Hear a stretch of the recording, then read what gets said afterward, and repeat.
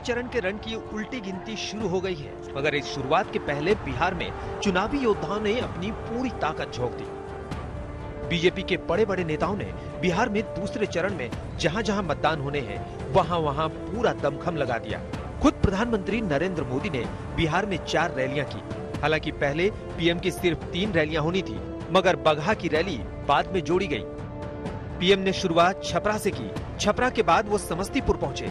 समस्तीपुर के बाद प्रधानमंत्री मोतिहारी पहुंचे और मोतिहारी के बाद प्रधानमंत्री नरेंद्र मोदी बगहा में गरजे। चारों जगह प्रधानमंत्री नरेंद्र मोदी के निशाने पर लालू के समय का जंगल राज रहा। जंगल राज वालों ने बिहार में भ्रष्टाचार को हर मंत्रालय, हर विभाग, हर जगह परिवार को भी पहुंचाया, पाप को भी पहुंचाया, भ्रष्टाचार को भी पहुंचाया। जंगल राज ये शब्द तेजस्वी के लिए इस चुनाव में सबसे कमजोर कड़ी साबित हो रही है और शायद इसीलिए उन्होंने पार्टी के पोस्टरों से भी लालू और राबड़ी को आउट कर दिया है। लेकिन यही शब्द बीजेपी का सबसे बड़ा हथियार है और शायद इसीलिए प्रधानमंत्री मोदी आजकल नीतीश के काम से ज्यादा जंगल राज की बातें इन चुनावों में कर रहे हैं। प्रधानमंत्री नरेंद्र मोदी ने मोतिहारी में उस दौर के शासन की तुलना लकड़सुंघा से की। प्रधानमंत्री नरेंद्र मोदी को मालूम है कि बिहार का रण जीतने के लिए उन्हें कब, किस मौके पर क्या कहना है, ताकि विपक्ष पर चोट पड़े और अपने पक्ष में वोट पड़े। इसलिए पीएम मोदी ने तेजस्वी यादव के साथ साथ राहुल गांधी पर बराबर का निशाना साधा।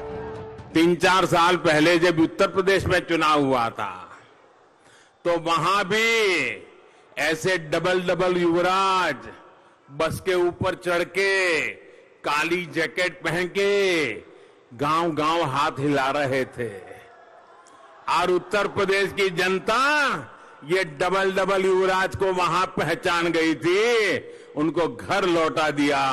तो वहां का एक युवराज अब जंगल राज के युवराज से आकर के मिल गया। अब वो यहां दोनों हाथ हिला रहे हैं।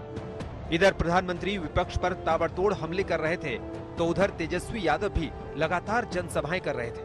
जाहिर सी बात है कि तेजस्वी भी प्रधानमंत्री पर तीखा निशाना साध रहे हैं।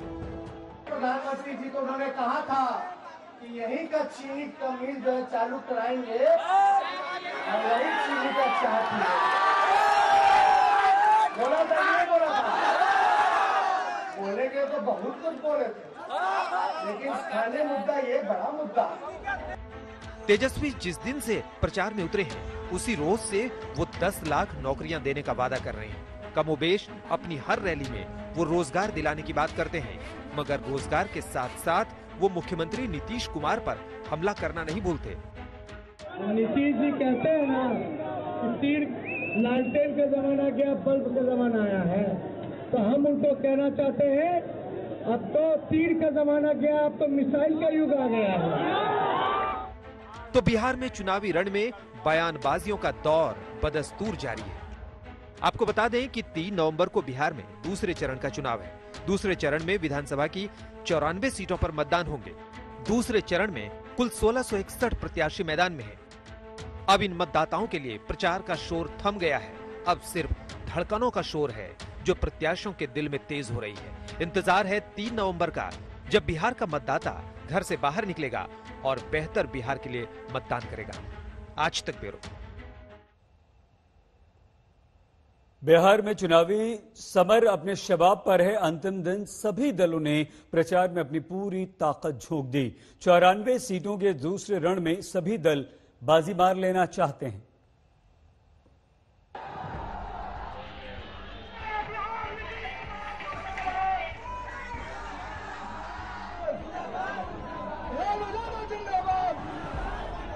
दूसरे चरण के प्रचार के अंतिम दिन बिहार की सड़कों पर चुनाव का शोर कुछ ज्यादा ही था।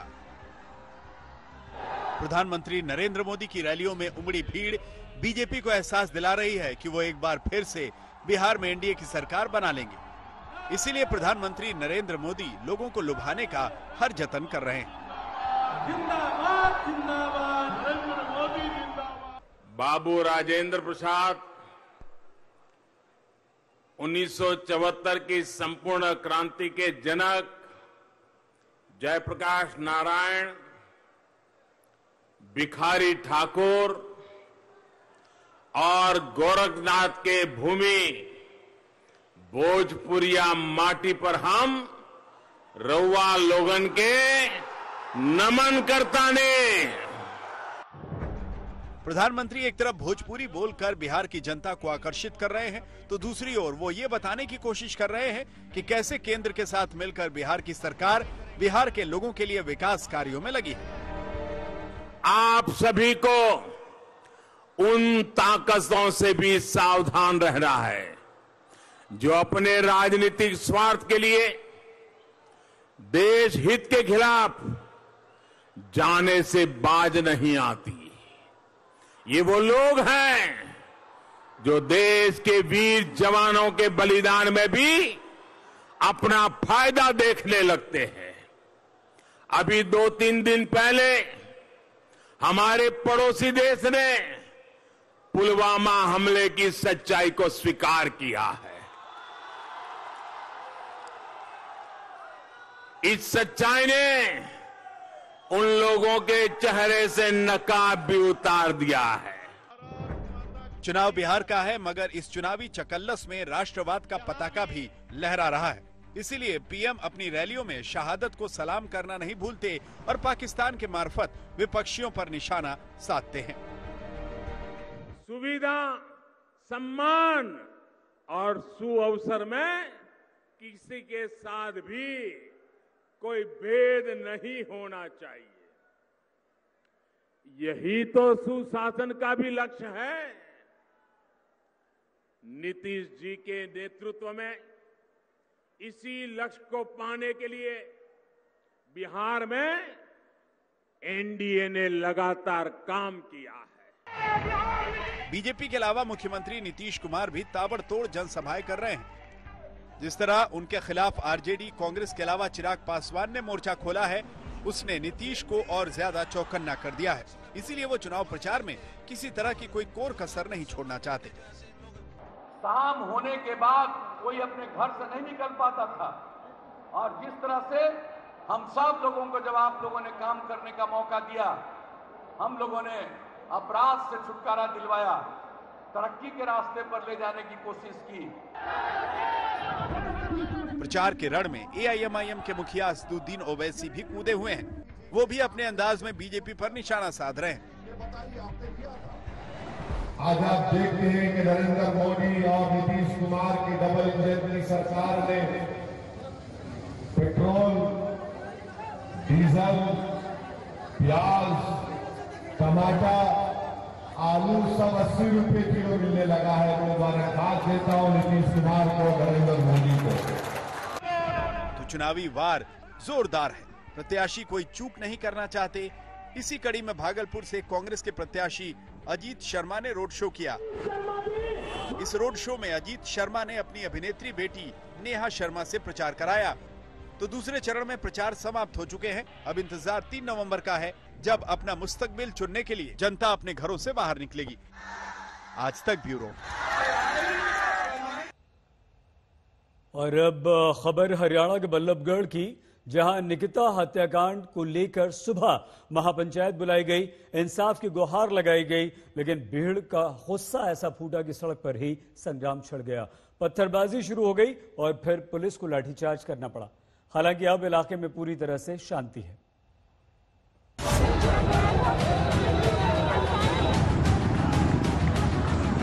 जमकर हंगामा हुआ, खूब बवाल मचा। भीड़ ने पत्थरबाजी की तो पुलिस ने लाठियां भांजी।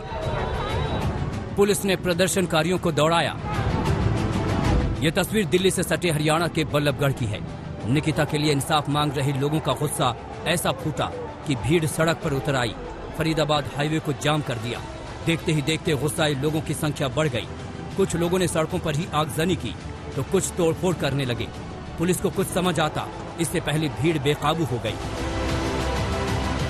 मेन रोड की तरफ इधर से पुलिस ने लाठीचार्ज कर सबको दूसरी तरफ भगा दिया है, जिसके बाद ये ट्रैफिक यहाँ पे खुला है। दरअसल जो भीड़ थी वो भीड़ यहाँ से हटकर दूसरी तरफ गई, और हम आपको दिखाते हैं दूसरी तरफ जब भीड़ पहुंची है। ये देखिए, ये आगे की तरफ भीड़ पुलिस जा रही है और जिधर भीड़ गई है क्योंकि लोगों को लगातार समझाने की कोशिश जारी थी, लेकिन लोग जब माने नहीं तो उसके बाद पुलिस ने यहाँ पर लाठीचार्ज शुरू किया है और लोगों को यहाँ के दौड़ा दौड़ा करके यहाँ से भगाया जा रहा है। पुलिस के समझाने से पहले तो भीड़ छट गई, लेकिन तभी दूसरी ओर से पत्थरबाजी होने लगी और फिर पुलिस को भी ताकत के साथ मैदान में उतरना पड़ा। पुलिस ने लाठियां चलाईं, लोगों को दौड़ा दौड़ा कर खदेड़ा। करेंगे इसमें आइडेंटिफाई करके जिस लोगों ने शरारत करने की कोशिश की है उनके खिलाफ एक्शन लिया जाएगा। कौन लोग थे जो अचानक से माहौल खराब? नहीं, आइडेंटिफाई करेंगे। ये कोई भीड़ थी एक तरफ से, वहाँ महापंचायत में शामिल होने के लिए आई थी, लेकिन अभी आइडेंटिफाई ऐसे होया नहीं है, ऐसे कोई पर्टिकुलर। तो माहौल सर कैसे खराब हुआ? क्या पुलिस को इस बात का अंदाजा था कि सड़क भी ब्लॉक हो सकती है? नहीं, हमने अपनी ड्यूटियां तो लगा रखी थी, लेकिन कई शरारती था तो आगे थे। निकिता के इंसाफ के लिए आज बल्लभगढ़ के रामलीला मैदान में महापंचायत रखी गई थी। इस पंचायत में काफी भीड़ जमा हो गई। यहाँ लोगों ने निकिता के दोषियों को सख्त सजा की मांग की। अचानक से यहाँ से 100 से 200 की भीड़ जो है वो सीधे नेशनल हाईवे की ओर जाती है। कहाँ से गए? हम यहाँ खड़े हैं, देखिए इस रास्ते यहाँ से होते हुए, इस धूल भरे रास्ते होते हुए अचानक 100-200 की भीड़ नेशनल हाईवे की ओर बढ़ी। नेशनल हाईवे की ओर जाते ही उनमें से कुछ लोग सड़क पर बैठ गए, हाईवे जाम हो गया। पुलिस को जब हाईवे खाली कराना पड़ा तो जाहिर है उसके लिए बल प्रयोग करना पड़ा।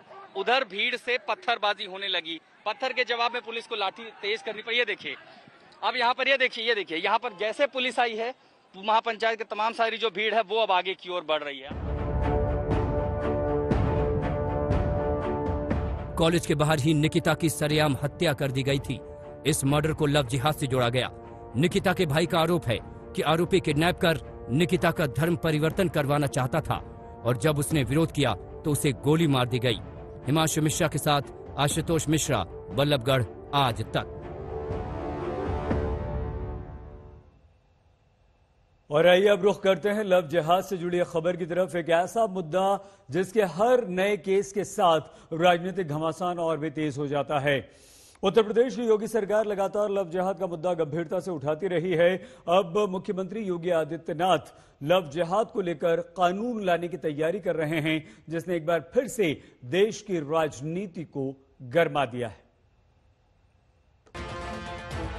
लव जिहाद और धर्म परिवर्तन के मामलों को लेकर योगी सरकार अब सख्त नजर आ रही है। देवरिया की रैली में योगी ने ऐलान किया कि वो जल्द ही लव जिहाद को लेकर कानून बनाएंगे। योगी ने शादी के पहले धर्म परिवर्तन को लेकर हाईकोर्ट की टिप्पणी का भी जिक्र किया।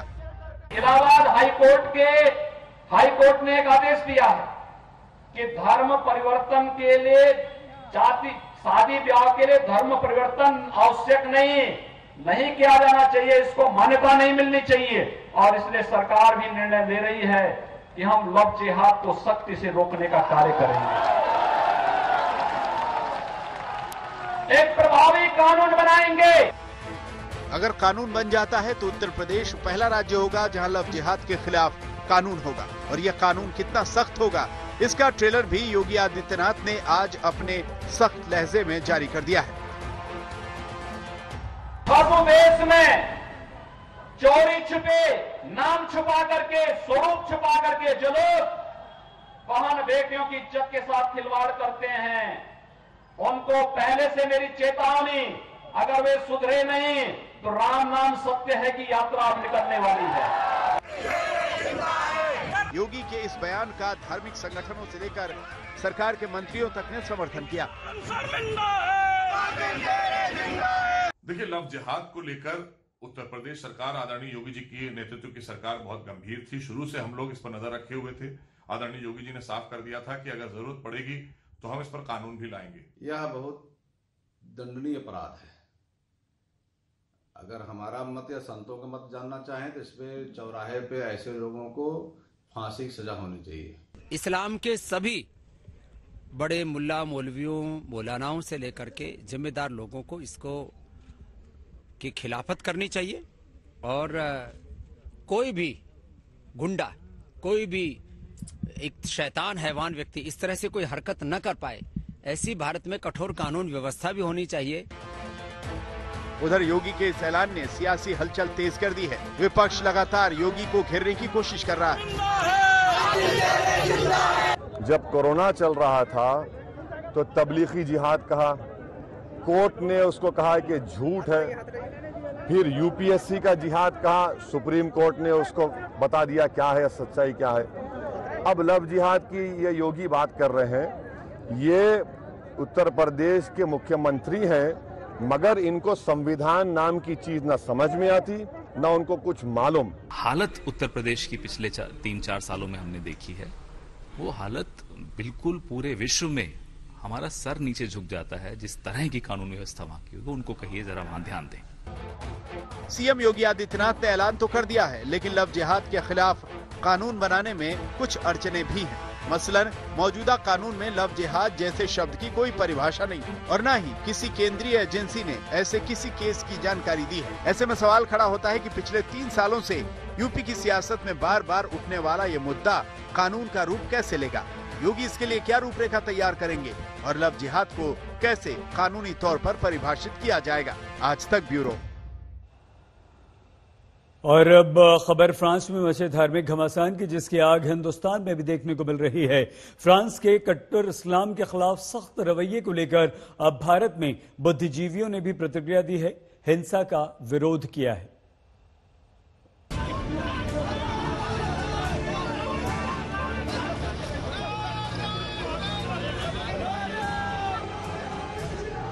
फ्रांस में इस्लामिक कट्टरवाद के खिलाफ सख्ती को लेकर दुनिया भर के मुस्लिम सड़कों पर हैं। भोपाल में हुए विरोध प्रदर्शन को लेकर मध्य प्रदेश की सरकार सख्त एक्शन की चेतावनी दे रही है।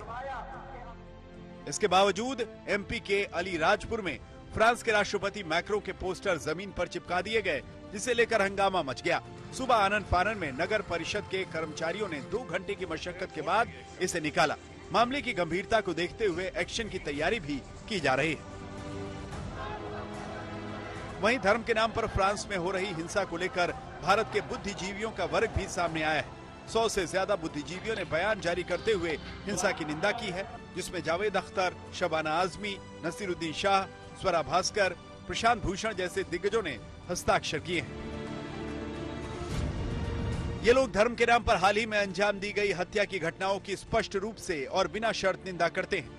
सोची समझी साजिश के तहत की गई हत्याओं को उचित ठहराने संबंधी भारतीय मुस्लिमों के कुछ स्वघोषित अभिभावकों के ऊटपटांग तर्क से बहुत आहत हुए हैं और कुछ राष्ट्राध्यक्षों की अस्वीकार्य टिप्पणियों की भी निंदा करते हैं।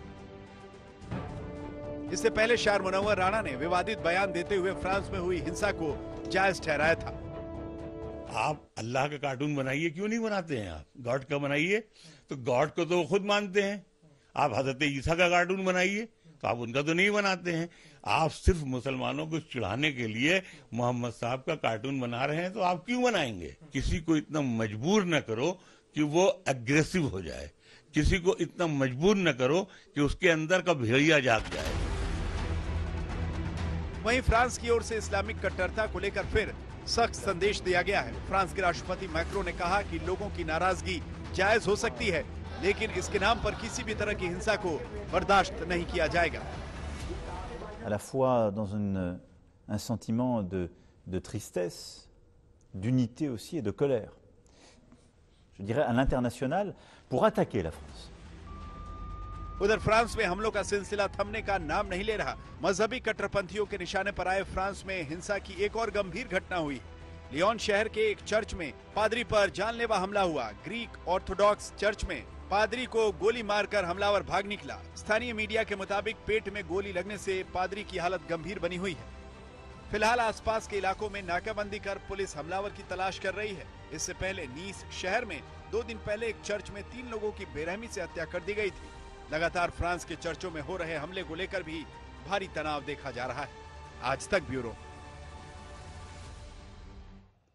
श्रीनगर में सुरक्षा बलों ने बड़ी सफलता प्राप्त की है। मुठभेड़ के दौरान हिजबुल के ऑपरेशन चीफ सैफुल्लाह को मार गिराया है। आतंकी सैफुल्लाह कुलगाम में की गई 3 बीजेपी नेताओं की हत्या का मास्टरमाइंड था। रियाज नाइकू के बाद आतंकवाद के लिए कमान सैफुल्लाह को सौंपी गई थी, लेकिन सुरक्षा बलों ने आज सैफुल्लाह को ढेर कर दिया है।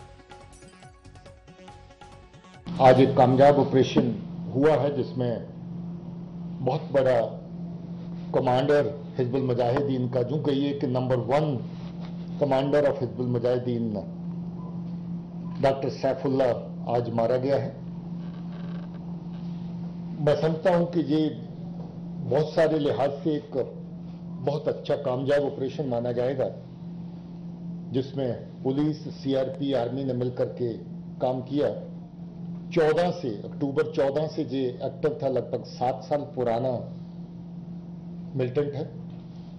बुरहान वानी के साथ काफी लंबा टाइम एक्टिव रहा और इसीलिए जब रियाज नैकू 6 मई को मारा गया इस साल, तो उस वक्त इसी पे नजर पड़ी जो सबसे पुराने विंटेज का टेरिस जहां पर है।